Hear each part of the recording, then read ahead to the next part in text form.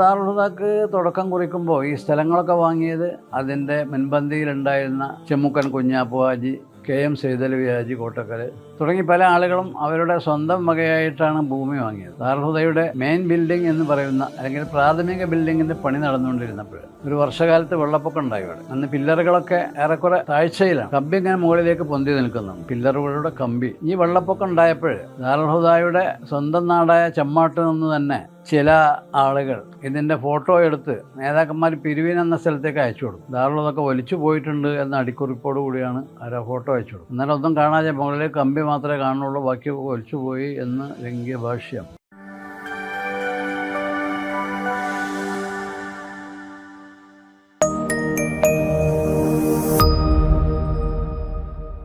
ദാറുൽഹുദ പോലെ ഒരു സ്ഥാപനം നടത്തുമ്പോൾ ശക്തമായ സാമ്പത്തിക പശ്ചാത്തലം അതിനുണ്ടാകണം. എന്നാൽ സാമ്പത്തികം അങ്ങനെ ഒരു ഗൗരവമുള്ള വിഷയമല്ല എന്ന നിലക്കാണ് സ്ഥാപക നേതാക്കൾ കാര്യങ്ങൾ വിലയിരുത്തിയിരുന്നത്. അവരുടെ കാഴ്ചപ്പാടിലേക്ക് സമൂഹം വന്നു. ആ കാഴ്ചപ്പാടായിരുന്നു ശരിയെന്ന് കാലം തെളിയിച്ചു കഴിഞ്ഞു. അപ്പോൾ ദാറുൽഹുദക്ക് തുടക്കം കുറിക്കുമ്പോൾ ഈ സ്ഥലങ്ങളൊക്കെ വാങ്ങിയത് അതിൻ്റെ മുൻപന്തിയിലുണ്ടായിരുന്ന ചെമ്മുക്കൻ കുഞ്ഞാപ്പു ഹാജി, KM സൈദലവി ഹാജി കോട്ടക്കൽ തുടങ്ങി പല ആളുകളും അവരുടെ സ്വന്തം വകയായിട്ടാണ് ഭൂമി വാങ്ങിയത്. പിന്നെ തറക്കല്ലിട്ട ശേഷം സൗദി അറേബ്യയിലേക്ക്, UAE ഒക്കെ നേതാക്കന്മാർ സാമ്പത്തിക ശേഖരണം ലക്ഷ്യം വെച്ച് യാത്ര ചെയ്തിട്ടുണ്ടായിരുന്നു. അങ്ങനെ അൽഹംദുലില്ലാ പ്രശ്നങ്ങളൊക്കെ ഏറെക്കുറെ അങ്ങനെ പരിഹരിച്ചു. പക്ഷേ അതോടൊപ്പം തന്നെ പ്രതിലോമകാരികൾ തൊട്ട് പിന്നാലെ ഉണ്ടായിരുന്നു എന്നതുകൂടി മനസ്സിലാക്കണം. ദാറുൽഹുദയുടെ മെയിൻ ബിൽഡിംഗ് എന്ന് പറയുന്ന അല്ലെങ്കിൽ പ്രാഥമിക ബിൽഡിങ്ങിൻ്റെ പണി നടന്നുകൊണ്ടിരുന്നപ്പോൾ ഒരു വർഷകാലത്ത് വെള്ളപ്പൊക്കം ഉണ്ടായി. ഇവിടെ അന്ന് പില്ലറുകളൊക്കെ ഏറെക്കുറെ താഴ്ചയിലാണ്, കമ്പി ഇങ്ങനെ മുകളിലേക്ക് പൊന്തി നിൽക്കുന്നുണ്ട്, പില്ലറുകളുടെ കമ്പി. ഈ വെള്ളപ്പൊക്കം ഉണ്ടായപ്പോൾ ദാറുൽഹുദയുടെ സ്വന്തം നാടായ ചെമ്മാട്ട് നിന്ന് തന്നെ ചില ആളുകൾ ഇതിൻ്റെ ഫോട്ടോ എടുത്ത് നേതാക്കന്മാർ പിരിവിൻ എന്ന സ്ഥലത്തേക്ക് അയച്ചു കൊടുക്കും. ദാറുൽഹുദയൊക്കെ വലിച്ചു പോയിട്ടുണ്ട് എന്ന അടിക്കുറിപ്പോട് കൂടിയാണ് ആ ഫോട്ടോ അയച്ചു കൊടുക്കും. എന്നാലും ഒന്നും കാണാതെ മുകളിലേക്ക് കമ്പി മാത്രമേ കാണുള്ളൂ, ബാക്കി വലിച്ചു പോയി എന്ന് വ്യംഗ്യ ഭാഷ്യം. അതേപോലെ തന്നെ ഈ സാമ്പത്തിക ശേഖരണത്തിന് മുൻപിൽ പല നിലക്കുള്ള പ്രതിസന്ധികളും പ്രതിബന്ധങ്ങളും തടസ്സങ്ങളൊക്കെ ഉണ്ടായിരുന്നു. പല ആളുകളും നിരുത്സാഹപ്പെടുത്തി. കാരണം റിസീവർമാരെ വെക്കാതിരുന്നാൽ എങ്ങനെ സ്ഥാപനത്തിന് പണം കിട്ടുക, ദുനിയാവിലെല്ലാവരും ചെയ്യുന്ന പണിയല്ലേ, പിന്നെ ദാറുൽഹുദ മാത്രം എങ്ങനെ ചെയ്യാതിരിക്കുക എന്ന് ഗുണകാംക്ഷികൾ എന്ന നിലക്ക് അല്ലെങ്കിൽ ഗുണകാംക്ഷികളായിക്കൊണ്ട് ഒരഭിപ്രായം. അങ്ങനെ റിസീവർമാരെ വെക്കുകയും അവർക്ക് കമ്മീഷൻ കൊടുക്കപ്പെടുകയും ചെയ്യുന്ന സംവിധാനത്തോട് ദാറുൽഹുദയുടെ നേതാക്കന്മാരൊക്കെ വിയോജിപ്പുള്ളവരായിരുന്നു. ബാപ്പുട്ടി ഹാജി അതിനെ വിശദീകരിച്ചത്, ഒരാൾ ദാറുൽഹുദക്ക് 1000 ഉറുപ്പ്യ കൊടുത്താൽ, ഉദാഹരണം, അതിൽ 400 ഉറുപ്പ്യ അയാളെ കേസിലേക്ക്, ബാക്കി 600 ഉറുപ്പ്യ ദാറുൽഹുദയിലേക്ക്.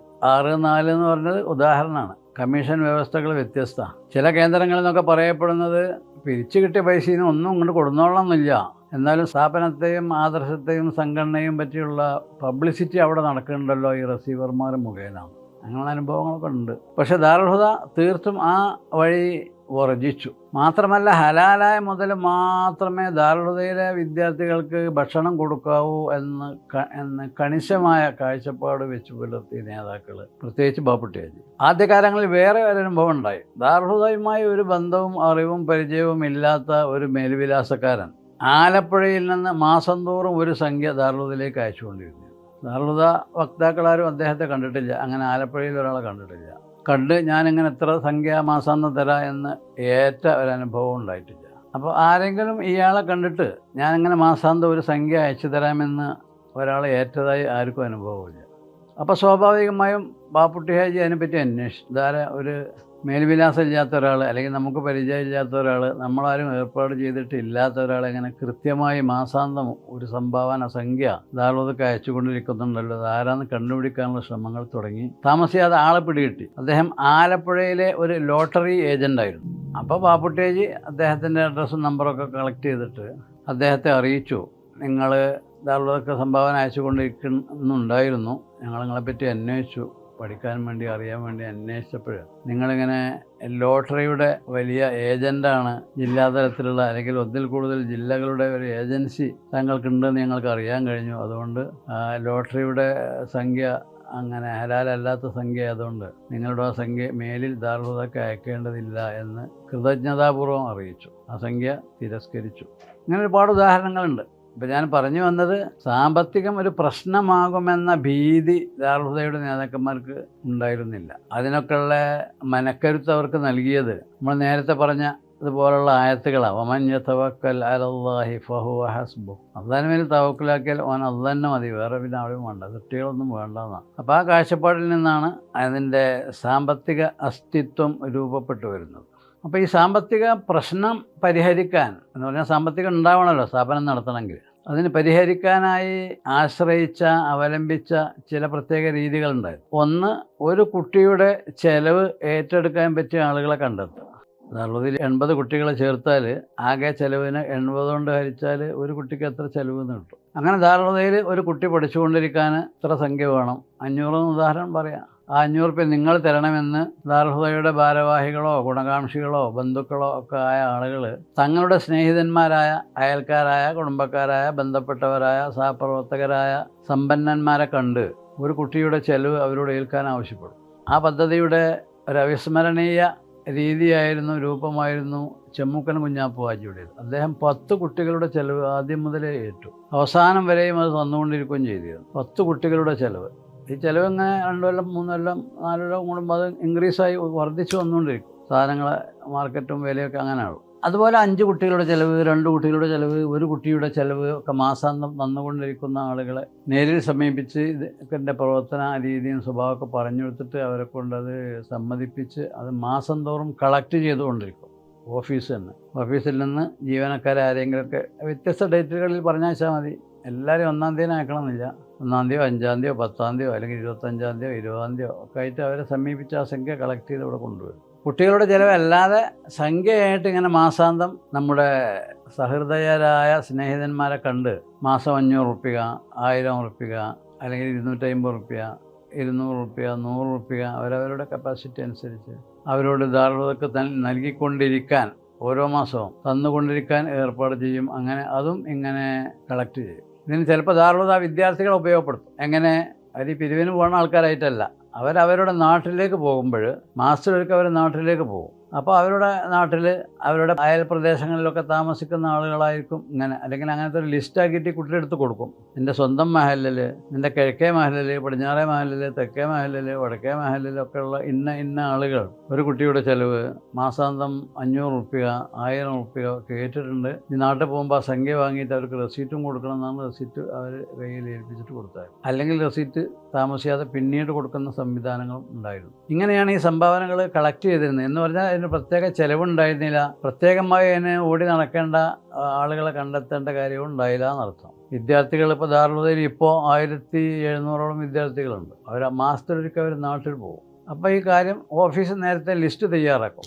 ഇന്നവൻ്റെ സ്ഥലം ചെമ്പ്രക്കാട്ടൂരാണ് ഉദാഹരണം. അപ്പോൾ അരീക്കോടുള്ള ഒരാളെ മാസാന്ത സംഭാവന വാങ്ങിക്കൊണ്ടുവരാൻ പ്രയാസമൊന്നും ഉണ്ടാവില്ല. ഇങ്ങനെ ലിസ്റ്റ് തയ്യാറാക്കി കുട്ടികളുടെ കയ്യിൽ കൊടുത്തിട്ട് കളക്ട് ചെയ്തിരുന്നു.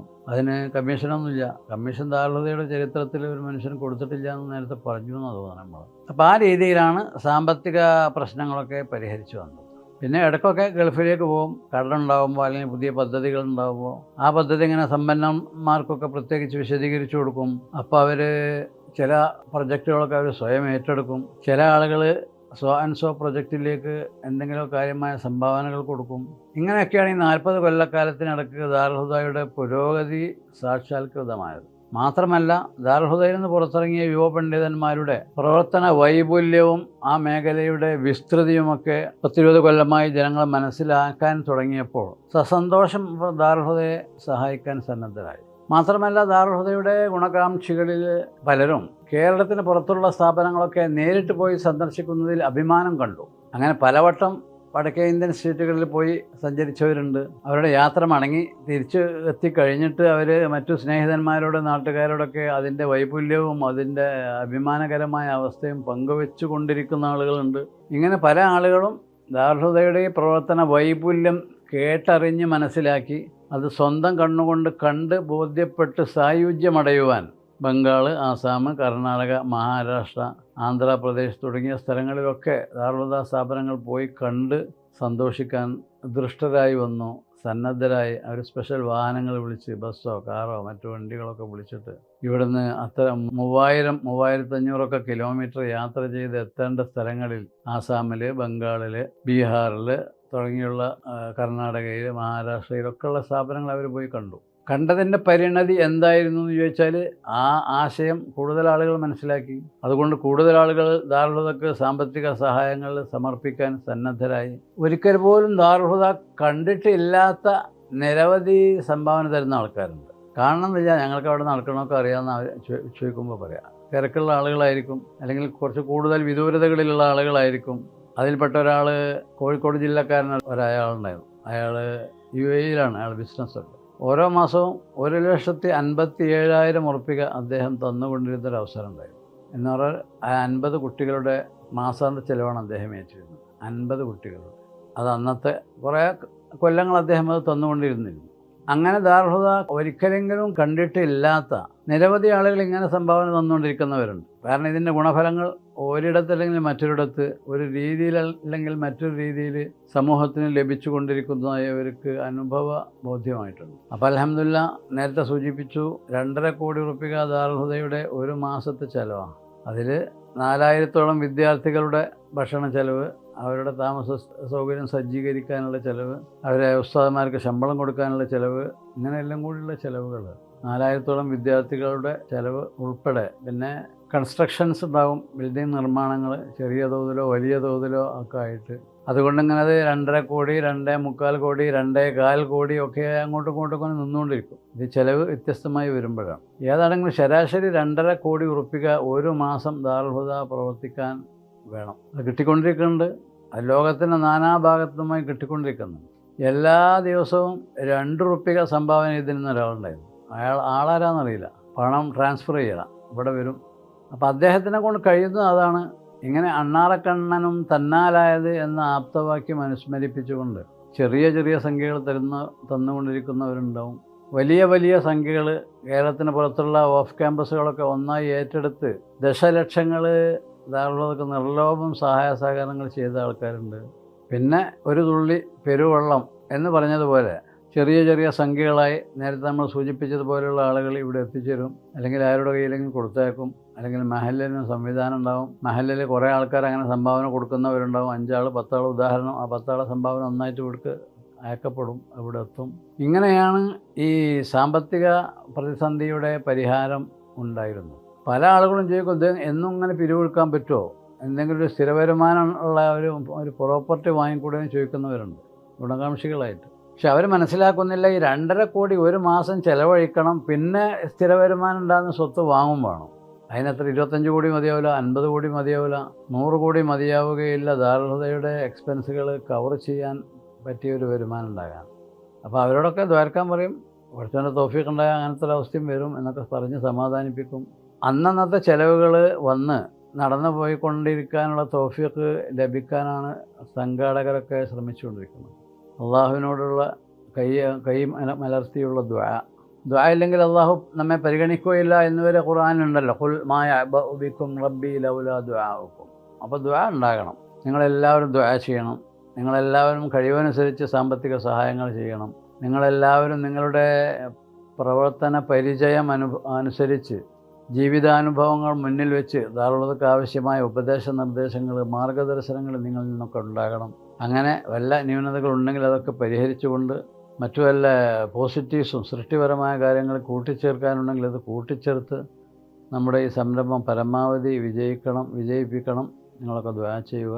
അസ്സലാമു അലൈക്കും വറഹ്മത്തുള്ളാഹി. ദാറുൽ ഹുദ എന്ന പേര് നിർദ്ദേശിച്ചത് മൗലാന M.M. ബഷീർ മുസ്ലിയാർ നവറല്ലാഹു മർക്കദഹുകളായിരുന്നു. സ്ഥാപനം തുടങ്ങുന്നതിൻ്റെ ഒരു 1-2 മാസം മുമ്പ്, അതായത് 2 മാസം മുമ്പ് ബിൽഡിംഗ് ഉദ്ഘാടനം നടന്നു എന്ന് നമ്മൾ നേരത്തെ പറഞ്ഞിട്ടുണ്ടായിരുന്നു. ബിൽഡിംഗ് ഉദ്ഘാടനം നടന്നപ്പോൾ സ്ഥാപനം മുമ്പ് കഴിഞ്ഞാൽ തുടങ്ങുക എന്നുള്ളിടത്ത് എത്തിയപ്പോൾ ബഷീർ മുസ്ലിയാർ പറഞ്ഞു, അതിൻ്റെ പേരിൽ ദാറുൽ ഹുദ അഥവാ പേര് ദാറുൽ ഹുദ എന്നായിരിക്കണം, അതിൻ്റെ കൂടെ ചേർക്കുന്ന ലഫ്ദ് നിങ്ങൾ തീരുമാനിച്ചാൽ മതി എന്നാണ് ഞങ്ങളെ ഏൽപ്പിച്ചത്. അങ്ങനെയാണ് ഒരു പുതിയ പേരാവുക എന്ന രീതിയിൽ ദാറുൽ ഹുദ ഇസ്ലാമിക് അക്കാദമി എന്നുള്ള പേരിന് അംഗീകാരം നൽകപ്പെട്ടു. ആ എടക്കുളം ജീവിതത്തിൻ്റെ ആദ്യ ഘട്ടങ്ങളിൽ തന്നെ ബഷീർ മുസ്ലിയാരുമായി ഇങ്ങനെയുള്ള ഒരു സമ്മേളനത്തിൽ വെച്ച് കണ്ട് പരിചയപ്പെട്ട് പരസ്പരം മനസ്സിലാക്കുന്നു. പിന്നീട് അങ്ങനെ തുടർച്ചയായി പലവട്ടം പല സ്ഥലങ്ങളിൽ നിന്നും കാണാൻ അവസരമുണ്ടായി. ബഷീർ മുസ്ലിയാർ ഓരോ കാര്യത്തിലും കാല് വെക്കും മുമ്പ് ആഴത്തെപ്പറ്റി ആലോചിച്ചിരുന്ന ആളാണ്. അഥവാ ഒരു ദീർഘദൃക്ക് ആയിരുന്നു ബഷീർ മുസ്ലിയാർ. കാര്യങ്ങൾ വളരെ ദൂരെ നിന്ന് നോക്കിക്കാണാൻ ശ്രമിക്കുകയും നോക്കിക്കണ്ട് അതിൻ്റെ വരായികകൾ വിലയിരുത്താൻ കഴിയുകയും ചെയ്യുന്ന ഒരു വ്യക്തിത്വത്തിൻ്റെ ഉടമയായിരുന്നു.